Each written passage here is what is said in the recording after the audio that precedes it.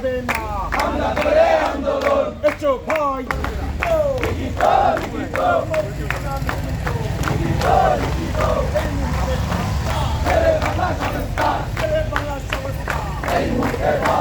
আচ্ছা দেখেন, আপনারা হয়তো কম বেশি জানেন এই এক মাসের আন্দোলনের ফসল যেটা আপনারা হয়তো জেনেছেন যে বিভিন্ন গণমাধ্যমের মারফতে আমরাও জেনেছি যে তারা আমাদেরকে জানিয়েছে যে তারা প্রায় 46 জন সরকারি ট্রলিম্যান নিয়োগ দিয়েছে। আগে যারা আউটসোর্সিং তাদের বাদ দিয়ে সরকারি ট্রলিম্যান নিয়োগ দিয়েছে। তারপর হচ্ছে তারা হরিজন সম্প্রদায়ের লোকজনকে নিয়োগ দিয়েছে টয়লেট পরিষ্কার করার জন্য। তারা হচ্ছে অ্যাম্বুলেন্সের সিন্ডিকেট নাকি ভেঙে দিয়েছে। তারা নাকি হচ্ছে প্রায় 95টা অচল যন্ত্রপাতি সচল করেছে, মেশিন সচল করেছে। তো প্রায় 100+। তো এখন এরকম আরো অনেকগুলো হচ্ছে সমস্যা তারা সমাধান করেছে। বিভিন্ন উপজেলায় নাকি তারা স্বাস্থ্য উপজেলায় নাকি হচ্ছে সাপের অ্যান্টিভেনম দিয়েছে, ফ্যান দিয়েছে 100টার মতো। তো এই যে কথাগুলো বলছে এই আন্দোলনের প্রেক্ষিতে এগুলো হয়েছে, তো এটা আমরা সাধুবাদ জানাচ্ছি। কিন্তু আমরা আসলে যে মানে অব্যবস্থাপনার পরিবর্তনটা চাচ্ছি, এটা কিন্তু ভাস্ট, এটা একটা বড় বৃহৎ ব্যাপার। এবং সাময়িক সময়ের জন্য যে সিন্ডিকেট গুলো ভাঙার চেষ্টা করছে এটাকে আমরা অবশ্যই সাধুবাদ জানাই। কিন্তু আমরা আন্দোলন আজকে যদি থামিয়ে দেই, থামিয়ে দেওয়ার পর যদি আমরা এখান থেকে চলে যাই, আবার ক্লাসে যখন ফিরে যাবো, আবার যে সিন্ডিকেটটা তৈরি হবে না, আবার যে হচ্ছে এগুলো নষ্ট করে ফেলবে না, এর গ্যারান্টি আসলে কে দিবে? আমরা তো এটাই এখন আমাদের প্রশ্ন হয়ে দাঁড়িয়েছে। সো আমরা এই আন্দোলনের সফলতা আমরা মনে করছি যে তারা যেগুলো বলছে যে এইগুলো সমস্যা সমাধান করেছে, আমরা চাই এটা চিরস্থায়ী টেকসই সমাধানটা আসুক। সেই জন্য আমরা বারবার বলছি যে শুধু এটা শুধুমাত্র শেরেবাংলা মেডিকেল কলেজ হাসপাতাল না, সারা বাংলাদেশের সকল সরকারি হাসপাতালগুলোর একই অবস্থা। অব্যবস্থাপনাগুলো আপনারা দূর করেন, স্বাস্থ্য উপদেষ্টাকে জানান দেন।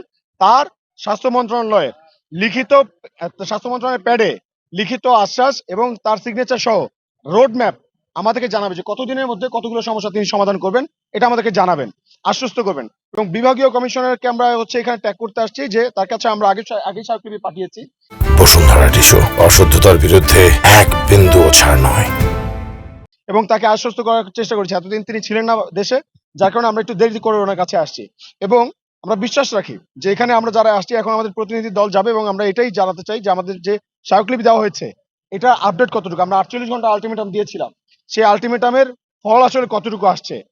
স্বাস্থ্য উপদেষ্টাকে লিখিত পাঠাবেন কি পাঠাবেন না? আর যদি না পাঠান, আমাদের হচ্ছে স্বাস্থ্য উপদেষ্টা নিয়ে আমরা বুঝিয়েছি যে আসলে অথর্ব, একে দিয়ে আসলে কাজ হবে না। আর যদি হতো তাহলে এতদিনে হয়ে যেত। তবে আমরা এখনো মানে তাকে যে আমরা একেবারে আমরা যে হোপলেস ব্যাপারটা এমন ভাবছি না। যদি স্বাস্থ্য উপদেষ্টা না আসে, আমরা হচ্ছে সারা বাংলাদেশের মানুষ এক হয়ে এই সিন্ডিকেটের বিরুদ্ধে লড়াই করে যাব।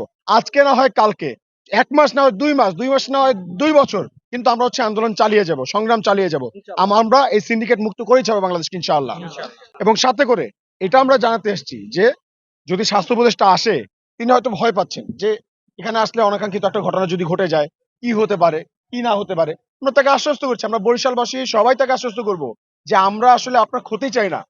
আমরা চাচ্ছি এই সিন্ডিকেট ভাঙতে রাষ্ট্রের সহযোগিতা।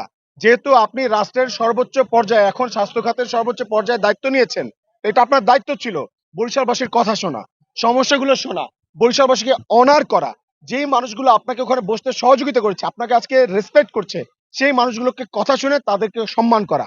কিন্তু আপনি যেহেতু করেন নাই, তো আমাদের আসলে আপনার কাছে এক্সপেকটেশন অত বেশি নাই। আপনি লিখিতটা দেন, কিন্তু আমাদের কাছে এরকম মানে আজকে আপনি বলতেছেন বিভিন্ন গণমাধ্যমের মারফতে ডিজি বলতেছে যে তারা নাকি আমাদের দাবি মেনে নিয়েছে। কিন্তু দাবি মেনে নিলে তো সেটা লিখিত কই? লিখিত ডকুমেন্টসটা কই? আমাদেরকে বলেন যে আপনি দাবি মেনেছেন, সেটা একটা লিখিত ডকুমেন্টস থাকবে না? আপনি ডিজি আসছে, আসার পর আমাদের সাথে কথা না বলে ঠিক আছে তার পছন্দ মতো কিছু এজেন্ট তারা হায়ার করে নিয়ে গিয়ে যদি কথা বলে আর মানুষকে জানান দেওয়ার চেষ্টা করে যে তারা জনগণের সাথে বসছে, জনগণের সমস্যার কথা শুনছে, তারপর হচ্ছে সমাধানের আশ্বাস দিয়ে আসছে, এটা তো একটা হচ্ছে জোচ্চুরি।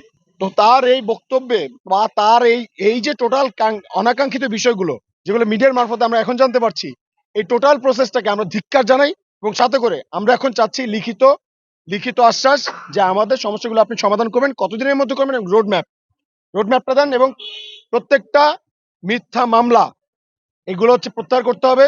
যতগুলো মামলা হয়েছে সুষ্ঠু তদন্ত সাপেক্ষে সেগুলো বিচার করতে হবে। এই দাবিগুলো জানাতে জাস্ট বিভাগীয় কমিশনের কার্যালয়ের সামনে আসা।